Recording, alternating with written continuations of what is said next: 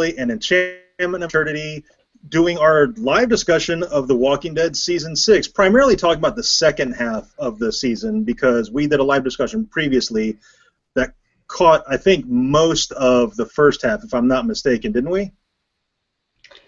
Yeah, it was right after the Glenn incident. Yeah, so it caught everything. It was like the important stuff in 6.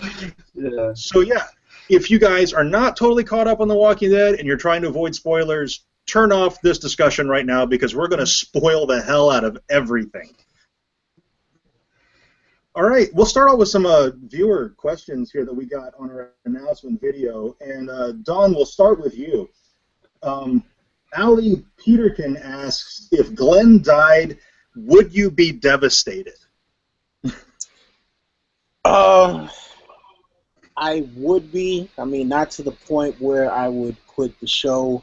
But, yeah, I mean, Glenn has been, you know, if not the moral compass, he has been definitely the spiritual rock of the entire show. So, yeah, I mean, look, with him being the good guy that he is, it would hurt my heart to see him die. But I think that they have gone out of their way to foreshadow that Glenn is walking. Sure. It's been a little heavy-handed. Do you think that could be a bait and switch? It could be a bait and switch, but I mean, like, spoilers for, you know, any people who have not read the comics. He does die the same way in the comic books, and it's funny because I haven't even gotten to that point in the comics yet, but, you know, just watching different reviews and stuff, you know, these are the things you learn about. So, kids, if you're out there and you want to, you know, follow this kind of stuff, you got to be up on the comic books as well, because, yeah, man, spoilers. What about you, Mark? How crushed would you be if Glenn died? I think I'd be pretty upset just because of the way that they sort of teased his death, like with the whole fake out with the Nicholas dumpster thing. Like, it seems like if they're gonna go through that and keep him alive just to kill him off like half the season later, it seems kind of a waste. You know, I suppose we'll get into this later, but I think it's probably really likely it's going to be him. So I'm sort of mentally preparing myself for that. So if it is him, I sort of had like the whole 7 or 8 months to sort of come to terms with that. So I won't be too crushed, but I just think it would just be kind of a lame fake out the ways that they almost killed him several times. And I've also heard other people saying that perhaps they kept, because it wasn't just the dumpster incident. There were several instances after that, like, 6 feet premiere when he was cornered by the walkers on the wall and it looked like he was going to get killed, and a couple of other things. And I've heard some people saying that maybe they keep doing this to sort of get us used to the fact that Glenn is going to die. And so when he does die, be like, okay, you know, he almost died all these other times, so it's just natural. But, yeah. I don't know how crushed I would be. Yeah. It's because we went through it, you know, when it happened in the comics, and it was a little bit different because we had read, well, I read almost from the very beginning. I wasn't very far into the comics when I started reading, and so I had, you know, dealt with this or had a kind of a relationship with this character for years, and then it happened, and I was devastated. I threw the comic across the room. I was so pissed off. But I think for the show, because I would have seen it coming, I think it would be way less impactful for me. Yeah. I agree. We've already developed the process, so we're good. Yeah. But as far as like new characters or characters where they switch the deaths around, like Denise was shocking. Not really heartbreaking, but shocking. Yeah, that was shocking. And like Herschel, I don't even think he made it off the farm in the comic. And then to have him get Tyrese's death with being decapitated, that was really shocking. So it's like we get more, I think, surprised than devastated now. But if you have a character like Daryl, if Daryl died, it would wreck me because I have nothing to compare him to from the comic. So this is an entirely new experience. The second part of Allie Peterkin's question is, did you know that Andrew Lincoln said that the finale script made him sick and that he had nightmares about it. Yeah, I heard that. Yeah, I heard and that too. now I'm wondering, like, what was his nightmare exactly? Because supposedly nobody knows who actually died. Maybe that's his nightmare. It's gonna be me. Maybe they haven't renewed the contract only. What are your thoughts, Mark?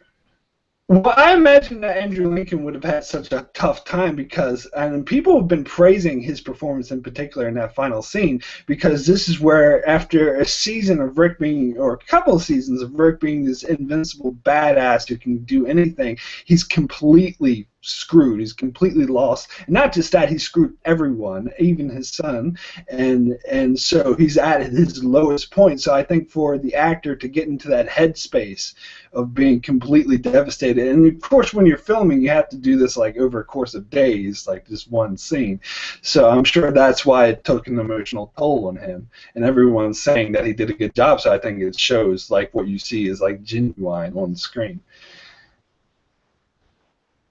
What about you, Don? What do you think? Yeah, you know what? I would have to totally agree with that. I mean, look, as far as, you don't know if it's you that's getting cut, even though, let's be honest, Rick is probably the safest person on the show. But just to know, like, that somebody that you've been with for years, when you guys come back from your break, it's like, hey, I got to say goodbye. But not only is it that, you got to say goodbye, but I'm pretty sure that what we got in the finale, they're probably going to turn it up to 11 for the premiere.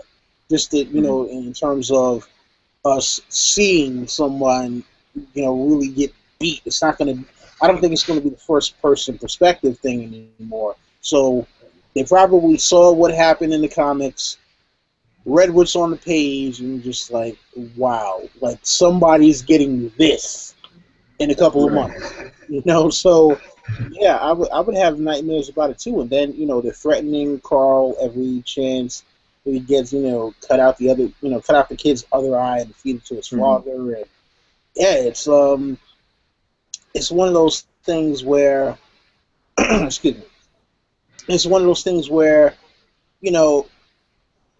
if I had to sit there and worry about my job security in that kind of manner for such a prolonged period of time, it might give me nightmares too.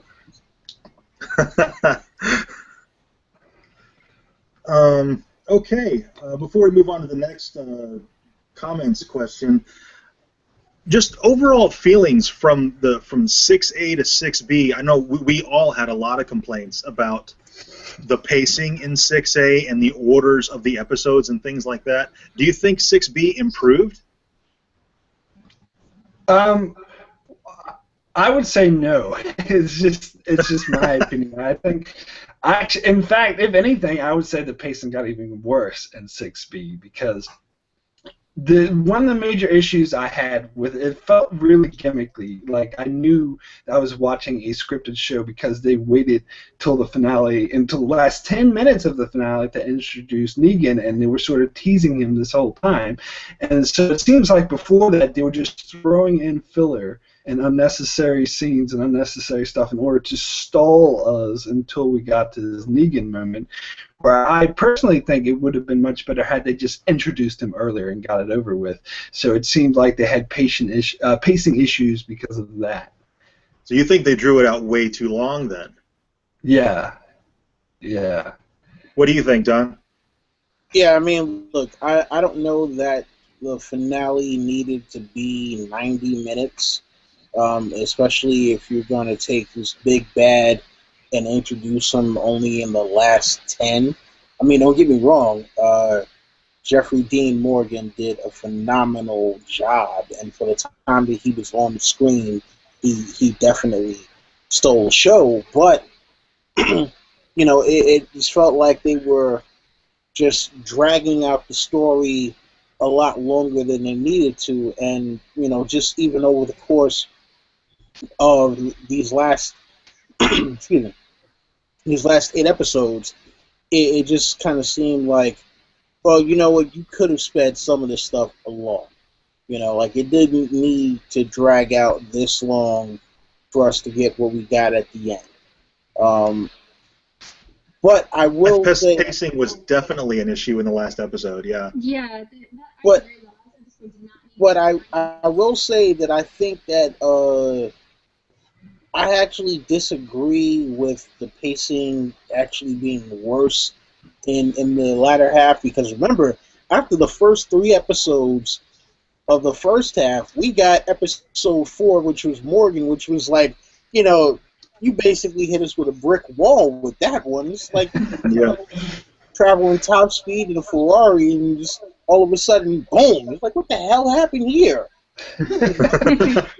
Where'd that brick wall come from? Yeah. I did want to respond to this, and because I kind of felt that the same thing happened in 6B. I know a lot of people didn't feel this way, but I felt the way when we got the episode when Rick's team stormed, the Saviors camp and killed all the people, and that was like a high octane episode, and I was like, ugh. And then the very next episode was a nice, like, a slow pace, like Carol and Maggie episode. So to me, that was sort of a brick wall. That was my take on it. And plus, of course, just what they did with Carol's character, which is something else I'm sure we can get into. Well, let's go ahead and dive into it. We're starting with the Carol episode where they're taken prisoner by the Saviors. I actually really enjoyed that episode. Yeah. I thought after the episode where they massacred all those Saviors in the compound, I think it really kind of needed a change of pace episode at that point. And although it may have been a little too slow of an episode, I really liked that episode a lot. Yeah, I really liked that episode too, because I think it delved into Carol's character a lot. What they did with her after that, no. But like during the episode when she was captive, it really delved into her character and how, yes, she can kill because she has to kill, but she doesn't want to. And I liked that they delved into that. I would like to see them play up the inner conflict with Carol instead of her having completely broken down the way they did it. Yeah, I can definitely see that point of view. I think that, I don't know, like, I would have been more happy with Carol if the way she was acting in that episode was an act, and she was, because that's what I thought at first. I thought she was putting on an act in order to lure them in to a safe, but it seems like it was genuine. I don't know, and I just definitely, yeah, and I agree. I didn't like what they did with her character after that. You know, I know a lot of people like that episode. Like, I did a review on that episode. I gave it a bad review, and I got a lot of dislikes on that video. So I know a lot of people disagreed with me, but that's just my take on it. I mean, you know what? I am very conflicted about what they have done with Carol's character, because, you know, a lot of people have said, oh, you know, it's because of Morgan. Morgan got in her head. And, I mean, I think that maybe the weight of this particular circumstance after everything she's been through is just starting to take a toll on her. And, yeah, maybe Morgan did get into her head a little bit, but I don't think that Morgan could have had such a fundamental effect where she's, you know, now like, oh, I don't want to kill anybody anymore.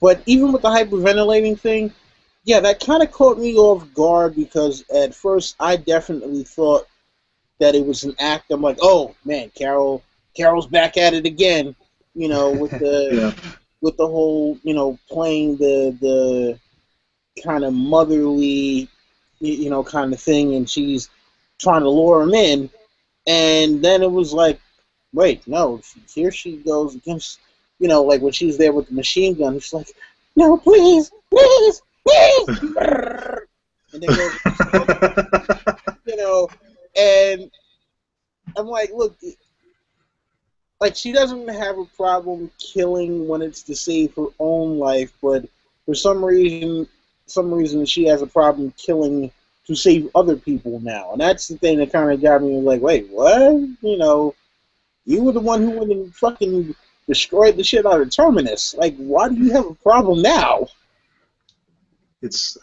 I hope they explore it more, because I don't think it got a suitable reason as to why she suddenly has this inner turmoil. I think Morgan probably reinforced something she was already feeling, but we got no sense of that prior to that. Yeah, I agree with you. And I kind of think that some of the reaction that she's been having, like the hyperventilating and stuff like that, I think it's her normal reaction, but then she's also intensifying it in order to, like, as an act as well. Like, like, she was having her doubts and stuff, but the like, hyperventilating and stuff, I definitely think that was more of an act. Like, she was just intensifying what she already felt in order to throw them off. Like, she used it to her advantage. I mean, yeah, I will agree that she used it to her advantage.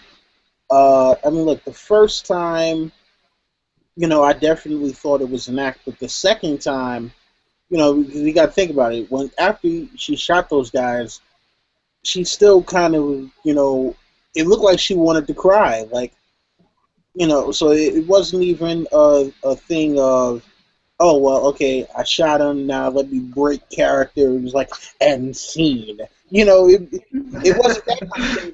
Yeah, it wasn't a total act. Yeah. I kind of wish that it was. I think it would be better if it was. But, yeah, I was just going to point out that KLC in the chat says that he thinks it's PTSD, and he thinks it sort of makes sense after all the trauma she's gone through. And I've also heard other people, you know, saying that when you're going, because she was going like so octane, you know, all these events happening, and your blood's pumping. But once you have time to just sit back, relax, and take things in, things start to hit you and affect you a bit more. And so she had a lot of time at Alexandria just chilling. So I think it does make sense from a storytelling point of view. I just don't like it. Like, I just want the badass Carol back. Before we move on, can you guys hear us okay? It's kind of going in and out for me. Yeah. I think you might have to point it towards whichever one of you is talking. Yeah. All right, so that might make it a little more difficult, or we can just switch, you know, together. All right, let's move on to another question from a commenter here. We'll go with JC Rican 88. Two questions. Who are your top 3 to get Lucille'd after watching the finale? Don, you want to start with that one? Okay, so my top 3 to get Lucille'd. Man, okay. That I think is actually going to happen to. I mean, I guess this is one out of the 3 that's going to happen to. But my top 3 possibilities: Glenn, Abraham, because I think Abraham, they've been foreshadowing him dying, and man, now this might seem kind of out there and crazy, but I'd say the third possibility, Rosita. Rosita? Yes. Interesting. Yeah. She was one of the ones who was captured, and I'm totally convinced that whoever gets the bat is going to be one of the ones who was captured. Yeah. Mark, what do you think? Well, in my video, I cynically said it was going to be Aaron just because he's sort of the most minor character, and I see that would actually upset me a lot more than Glenn if they did, you know, because if they did this huge cliffhanger and it ended up being, you know, Aaron's a cool guy, but he's a minor character. It ended up being that would really take me off. But my realistic, if I'm going to be fair to them, my top 3 would be, I think Glenn would be number 1, and then Abraham, and then Eugene. And Eugene, yeah. And I think Eugene's another sort of somewhat minor, but a lot of people are thinking it might be Eugene because they did give him that send-off in this episode that made you think like he was going to die. So they've already sort of said their goodbyes to him.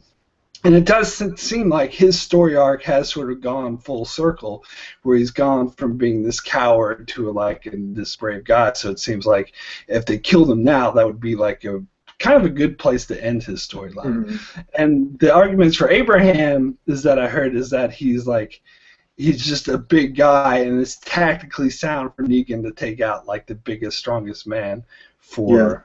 Yeah. It's like the prison rules. You be the tough guy in prison. You beat up the toughest guy in prison. Yeah. Yeah. I think my top three. Glenn would be number one. Abraham would actually be number two, and then because of a video I saw yesterday, I would pick Michonne for number three. It was this video that I saw, and he was breaking down the POV shots from inside the van, and in one of them, it's clear that whoever that POV is from is standing behind Daryl. And when the doors open, that's Michonne. And I'm like, man, I really hope that's not the case. I think it's probably like a 2% chance that it actually is Michonne. I mean, well, but that would add to the age-old theory that if you sleep with Rick, you die. Yeah, well, that's what I said immediately when they slept together. That's what I said. Oh, I guess Michonne's dead now. So the worst STD ever. Oh, man. I actually think it would be really brave of the show to kill someone off like Michonne because she's a fan favorite. I guess the same goes for Daryl as well, is that they're fan favorites. And plus, I think it would be brave. Like some people, like I think someone in the chat even said earlier that they think women are safe. I think it would actually be more. Come on. Yeah. Well, in the Negan lineup, they think maybe the bat is a too gruesome death for a woman, but I think it would actually be more sort of impactful, especially for, in the show for the people there if it was a woman who got killed. And so I'm not sure if I'd jump to that conclusion. But I did want to point out what a Big Zesty said in the chat, because I've heard this a lot and I never get tired of hearing it. But the person we know who died from that final episode, it was the cameraman. The cameraman, yep. So I don't know how they're going to film the next season. They might not. Well, the cameraman might not want to volunteer because they'll be killed by Negan. Hey, look, you're sacrificing for the art. That's awesome. And JC Enrique has a part two to his question.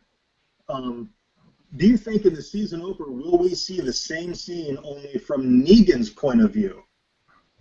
Which I think is an interesting idea. I mean, I don't know that we'll see it from Negan's point of view, but I think that we definitely will see whoever it is. I don't think it's going to be the first-person perspective. I think whoever gets beaten, we're going to see that third-person perspective with somebody, getting walloped on the head, and, oh, look, took it like a champ. So, yeah, that that is going to be gruesome, and I think the reason why that they left it as such a cliffhanger so that people would come back just to see that. Okay. What about you, Mark? What do you think? How do you think they're going to shoot this next scene? I think it would. My hopes is that they do start season 7 with. I mean, it doesn't necessarily have to be a POV from Negan, but just maybe a wide third shot where you can clearly see who it is being beaten. I hope that they don't, because my fear is that they'll skip it and they'll start like season, the episode with like taking place hours after this incident, and then they'll have flashbacks, and you'll be wondering. They'll only show a few characters, so you'll be wondering who died, and then at the end of the episode, and the more cynical me says like the first 4 episodes will be like Morgan and Carol episodes, and we won't even find out until episode 5. Maybe check in with Heath and Carter. That's my big fear too. Is the next episode will start like 3 weeks later, and we'll get it all just piecemeal throughout the episode in flashbacks. If they do that, I'm gonna be super pissed. Yeah, me too. No, I'm oh man.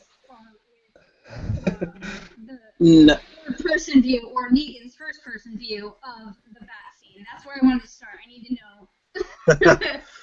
Okay, we've got a really long comment here from Big ZZ. It says, have a look at this from Lincoln's point of view. Rick is the bad guy because Rick killed his men and all his people, just like it would be the other way around if people got killed by somebody else. Rick was their message back, but that's what?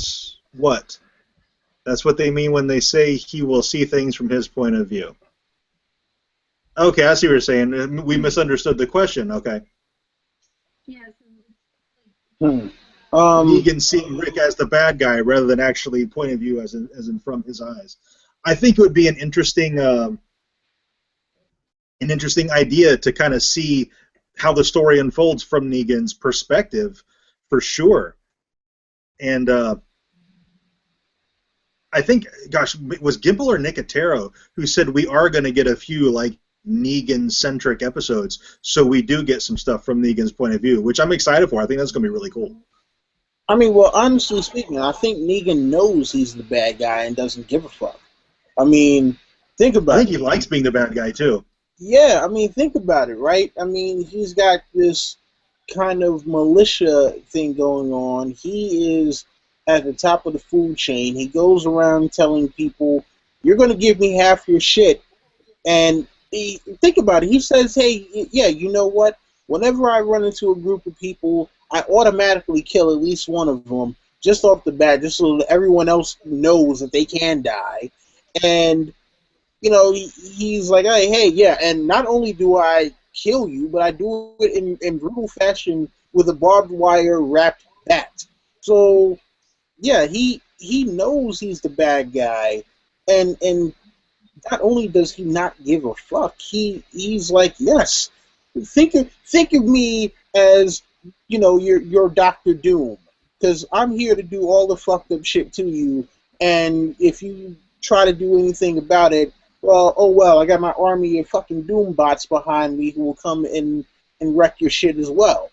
So yeah, he's a very interesting character, and I want to see like if they're gonna do a flashback of how he rose to power. That's the one thing that I would like to see. Like, how did he get all the rest of these guys to follow him? That would be really cool. I see in the comments that Tanya loved. You cannot hear us. Is that true? Let us know in the comments if our sound is not working. I think it's a lot of it's when you look away from the computer. I think you have to sort of be looking directly at it. And Here we go.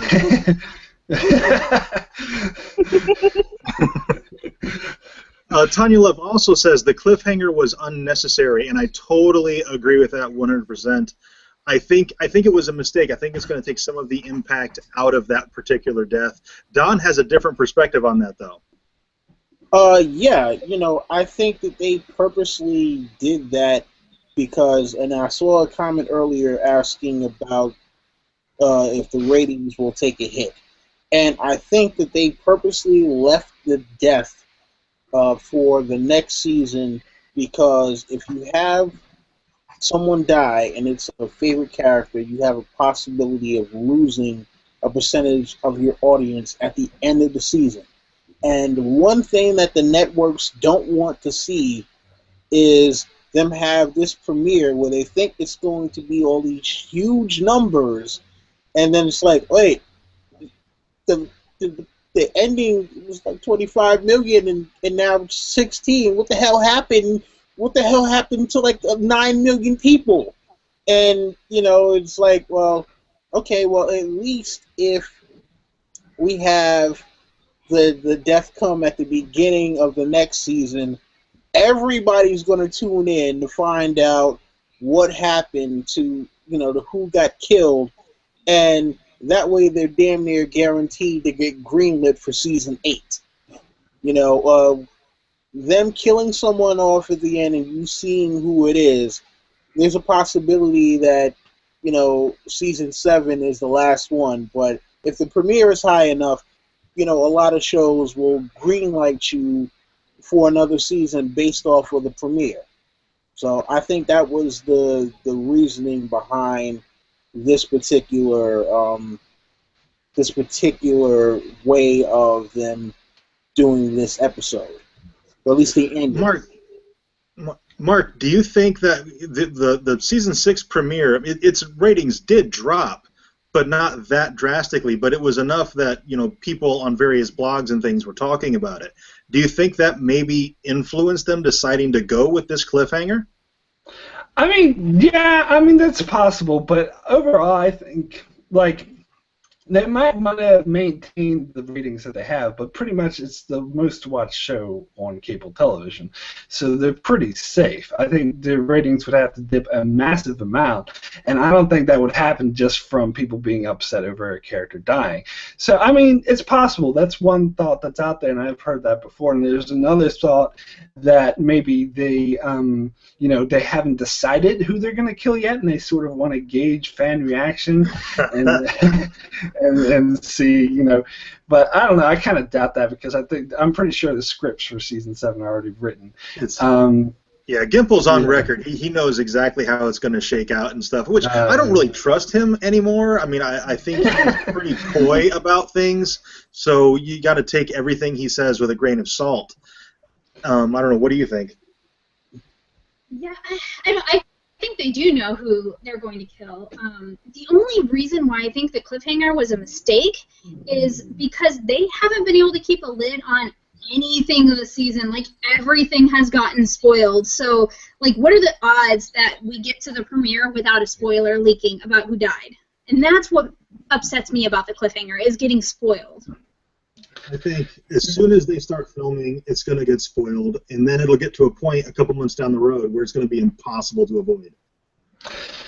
Yeah, I think that is definitely a very good point, and I think there's a lot of other points on why this cliffhanger was a bad idea.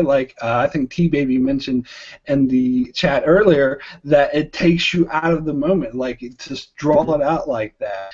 I haven't read the comics, but I heard from people who have, and I think you were even talking about this earlier, that when they read this in the comic book, it was kind of people compare it to reading the Red Wedding and the Game of Thrones book. It's just really a dark moment, and it's just really impactful. And I think in the show they ruined that, and they took away some of that impact by dragging it out like that, by leaving it open-ended. If they would have simply shown us who got killed, then they could have had the Red Wedding moment like Game of Thrones did, and I think they kind of blew it.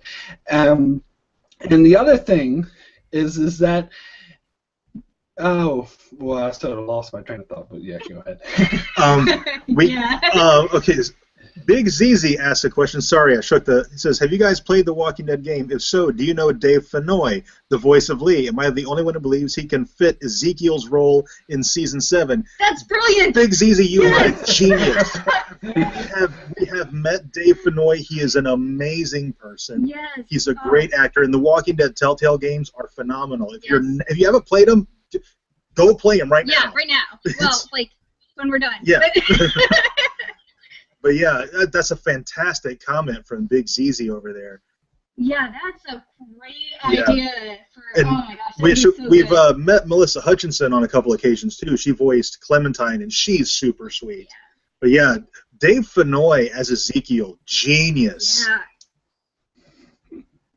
All right, I know we had another comment in the announcement video. Let me get my iPad and look at that comment. Discuss amongst yourselves.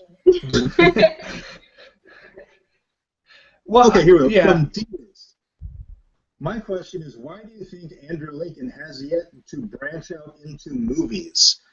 He has done one. What was he? He was in a rom-com. Yeah, he's been in rom-com. Love Actually. Yeah. Love Actually, that's the one. I was going to say Dazed and Confused, but totally wrong film. But yeah, he's done a couple of films, but it looks like he's going to be the Walking Dead's going to take up the majority of his time for the foreseeable future, and he's very much a family man. Yeah. So I wouldn't look for him to really break into Hollywood until he's done with The Walking Dead. Yeah, I mean, well, that's the thing about The Walking Dead too. Is like there is no end game for The Walking Dead as far as we know. I mean, it's funny because like I was watching a thing or like this one channel called Film Theory or the Film Theorist or something like that, and they were saying like based on scientific rate of decay for zombies and all that, the whole show should take place within a matter of like 2 years because that's how long it would take a zombie to totally dissolve into nothing. And I'm like, yeah, that sounds good on paper, but you know we know that they're going to drag this out for as long as they possibly can. So it could get quite ridiculous. And with Andrew Lincoln being the linchpin for it all, I don't know that we're ever. I mean, I don't know what happens if they ever kill him off. Like, or if there's a possibility of him being a background player at all, because, I mean, he is the one who we experience most of this world through, and he does a great job at it. So, man, look, this is like the part of a lifetime for most people. So I don't think he's gonna regret having done it for as long as he has. But at the same point, too, it's like, you know what? You don't want people running up on you in the street just yelling "Carl" at you for the. It's me, KLC, has a question that we kind of touched on, but not really, so we'll go ahead and answer it now. He says, do you think ratings will go up or down because of the finale? People were really, really mad. And you're right, people were super pissed off. Yeah. I don't think it's going to hurt ratings, though. I think ratings will probably be higher than ever. Yeah, I think the premiere at least will be higher than ever because everybody's going to want to know who did it, who got Lucille. Yeah. Well, We keep having to our computer back and forth here. We're slowly on the TV. Yeah, your voice is a bit crumbly right there, Josh. But yeah, I was just gonna say, like, I don't know, because my initial reaction after watching that finale, I was so upset that they had this bad cliffhanger that I was seriously considering just not watching the show and just like going online to find out who died and seeing from comments, because social media will tell you, and just not watching the next show. But then again, that's kind of like when you get really drunk and you have a hangover the next day. You're like, oh, I'm never drinking again, and then you're out drinking again next weekend. So I'm sure I'll end up watching the show. Even if we get spoiled, we're not leaving. Yeah. We're gonna keep watching. So, well, if we have other motivations too. I mean, Yeah. we do our channel, and if we stop doing The Walking Dead, I mean, our channel goes away. So. But I think, gosh, have we touched just about anything from season 6? I'm sorry, I couldn't hear that last one. Oh yeah, your mic went out. Season 6? Just about.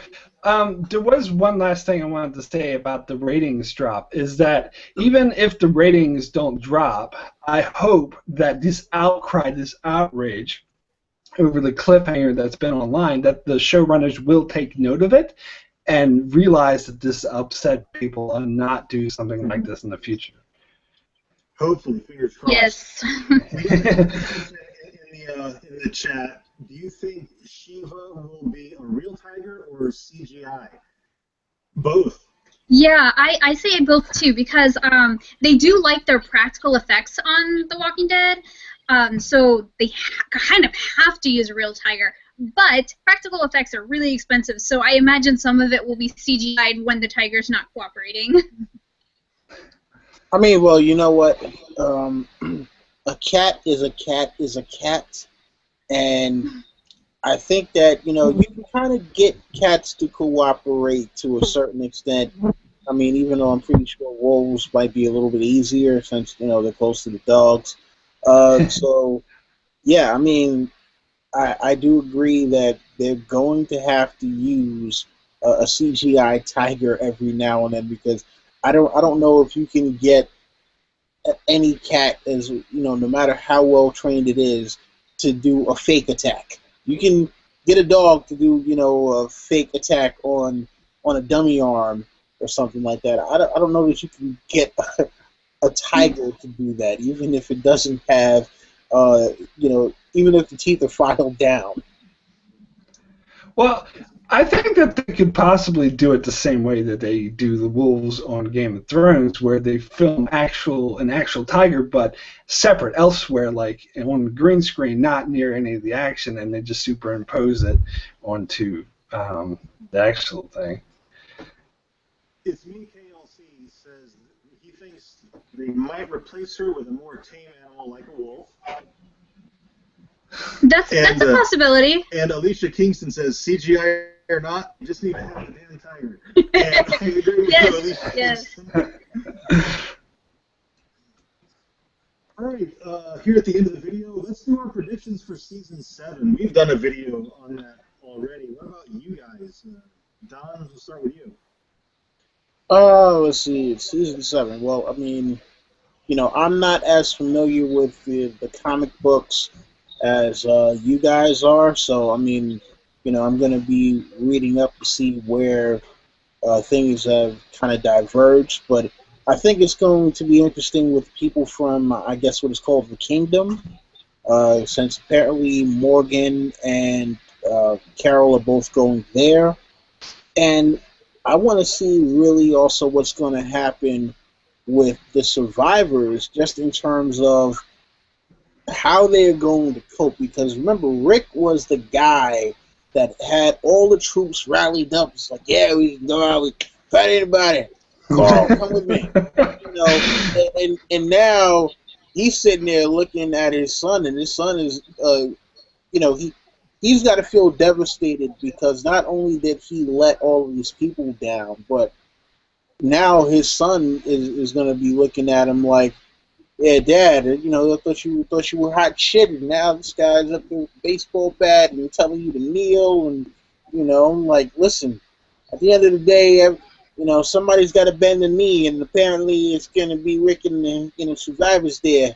So, yeah, I mean, I think, yeah, I think that this season is going to be, you know, a lot of them, you know, trying to. If you've ever seen this old episode of Married with Children, there was one where he had Al Bundy was trying to prove that he did not take a knee, and this is going to be the season where Rick is going to be trying to you know, not take a knee as well, and we'll have to see how that works out for him.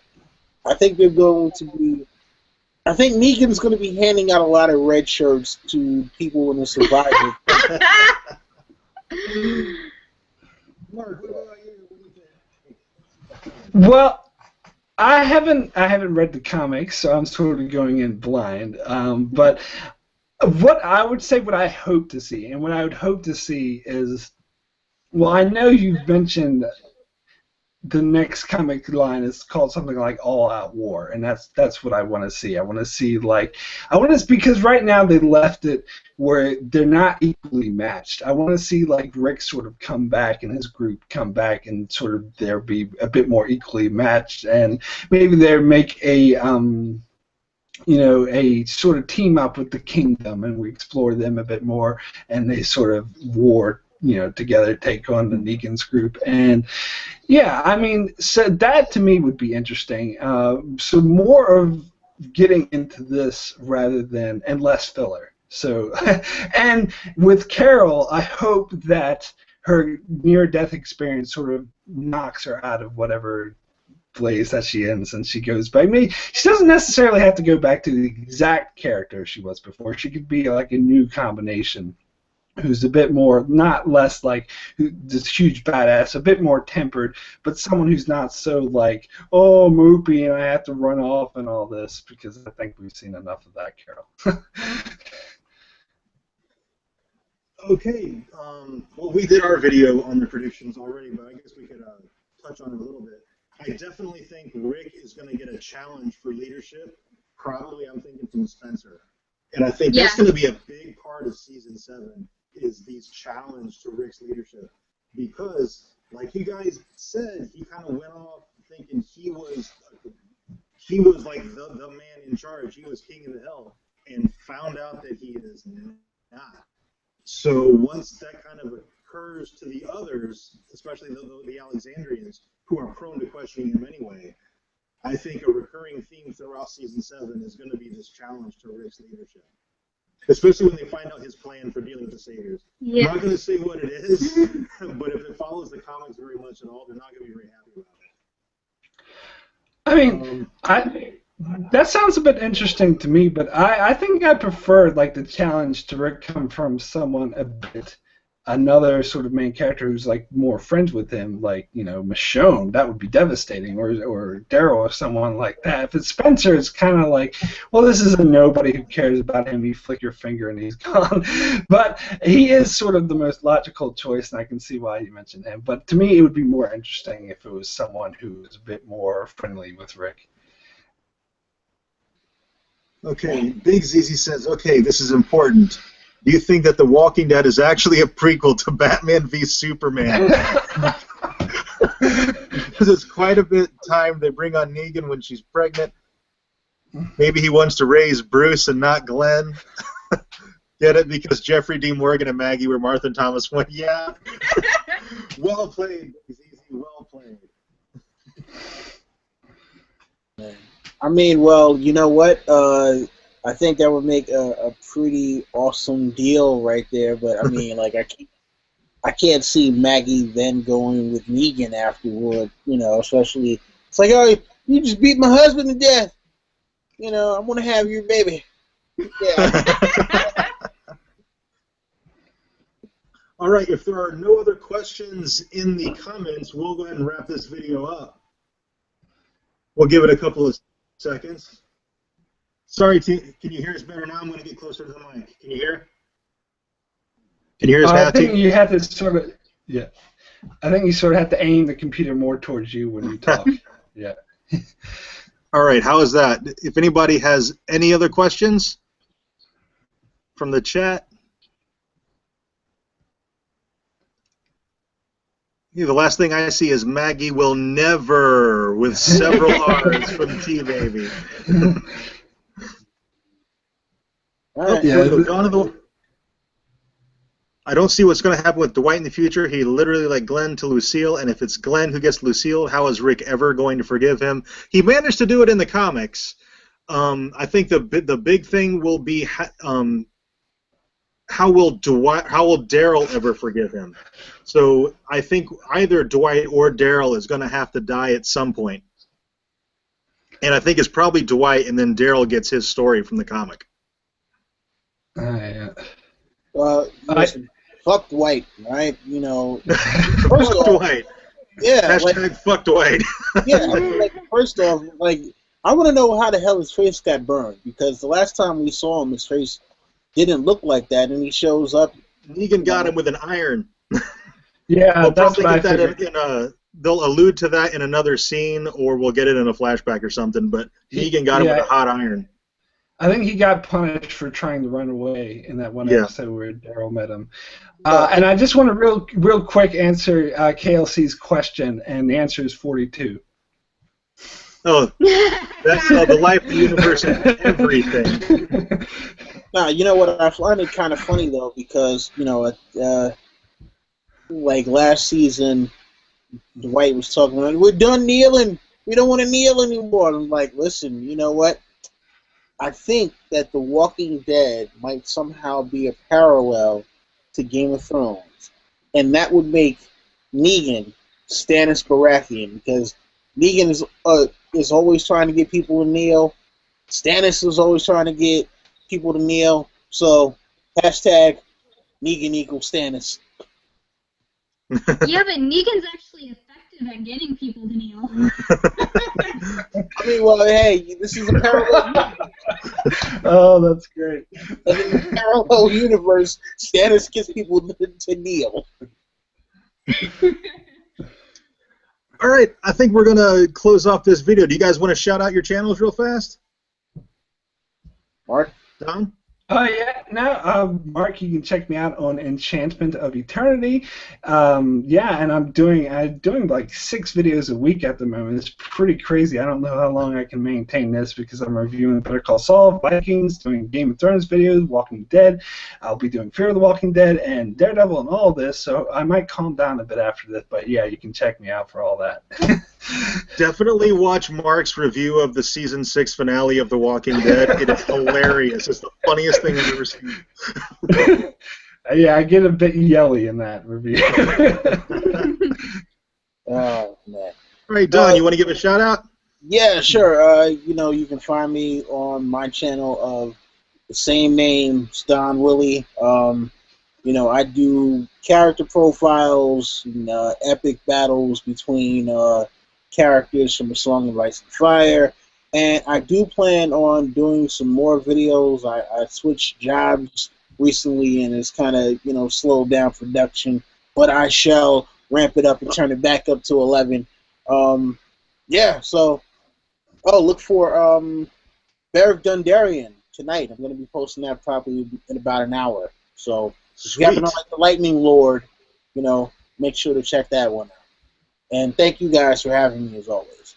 Yeah, this was a whole lot of fun. Everybody in the chat, we really hope you enjoyed this this live discussion. Sorry about our sound. We kind of got to get the hang of aiming the computer at each other when we talk, or maybe just get a little closer. All right. Thank you guys so much for watching. Would love to do this again. Yes, definitely. Are you guys down? Of course. Oh yeah, absolutely. Yeah, and you know what? You guys do Supergirl reviews, so I would love to do like a chat with you about Supergirl when that is finished. I'm down. Yes. Awesome. We are definitely down for that. Yeah, I might have to Okay. sit that one out because I haven't been watching it, so it's all right. Oh, dude, got it. All right. Once again, thank you all very much for watching, and we will see you next time. Peace.